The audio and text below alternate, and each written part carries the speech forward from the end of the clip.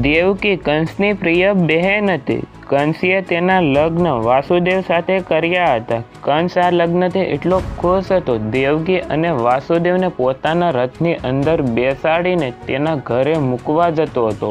અડધે રસ્તે પહોંચતા ત્યારે એક આકાશવાણી થાય છે, તારી પ્રિય બહેનનો 8મો પુત્ર તારું મરણનું કારણ બનશે.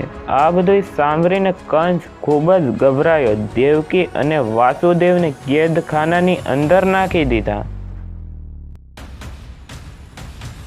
ભગવાન વિષ્ણુનો 8મો અવતાર ભગવાન શ્રી કૃષ્ણ હતો. મિત્રો, ભગવાન શ્રી કૃષ્ણના જીવનમાં પણ ઘણા બધા દુઃખ હતા. તોય પણ આપણે જ્ઞાન, પ્રેમ અને સત્યના માર્ગ ઉપર ચાલવું જોઈએ. ભગવાન કૃષ્ણનું જીવન આપણે ઘણું બધું માર્ગદર્શન અને કાંક શીખવાડે છે. આ વિડીયોની અંદર ભગવાન શ્રી કૃષ્ણની જીવન યાત્રા જાણીશું. બાલ લીલા મહાભારત સુધીની જીવન યાત્રા, અર્જુનને દીધેલો ગીતા સંદેશ, ભગવાનના જીવનનો ઉદ્દેશ્ય, આ બધું આપણે જાણીશું આ વિડીયોની અંદર. દેવકીનો પહેલો પુત્ર કેદખાનાની અંદર જન્મ લે છે. આ વાતની જ્યારે કંસને ખબર પડે છે ત્યારે દેવકી અને વાસુદેવની પાસે કેદખાનાની અંદર પહોંચી જાય છે. કંસની અંદર દયા ભાવના અને કરુણા તો હવે પૂરી જ થઈ ગઈ હતી. તેની પ્રિય બહેનના પુત્ર હોય કે પુત્રી, 8ને મારવાનું નક્કી જ કરી લીધું હતું. પહેલો પુત્ર જન્મ્યો હતો, તેને પણ એ મારી નાખે છે.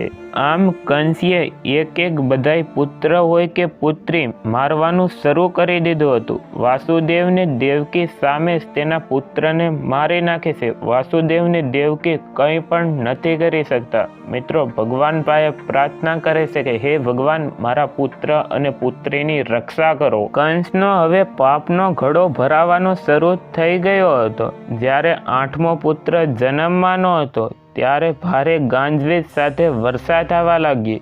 એવું લાગતું હતું કે હવે ભગવાન પણ ખૂબ જ ક્રોધિત છે. પૃથ્વીનો અંત પણ હવે પાક્કો છે.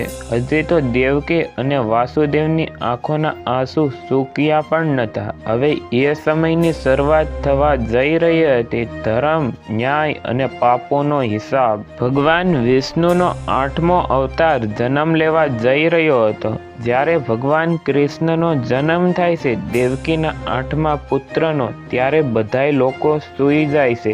કેદખાનાનો જે સિપાહીઓ છે એ પણ સૂઈ જાય છે.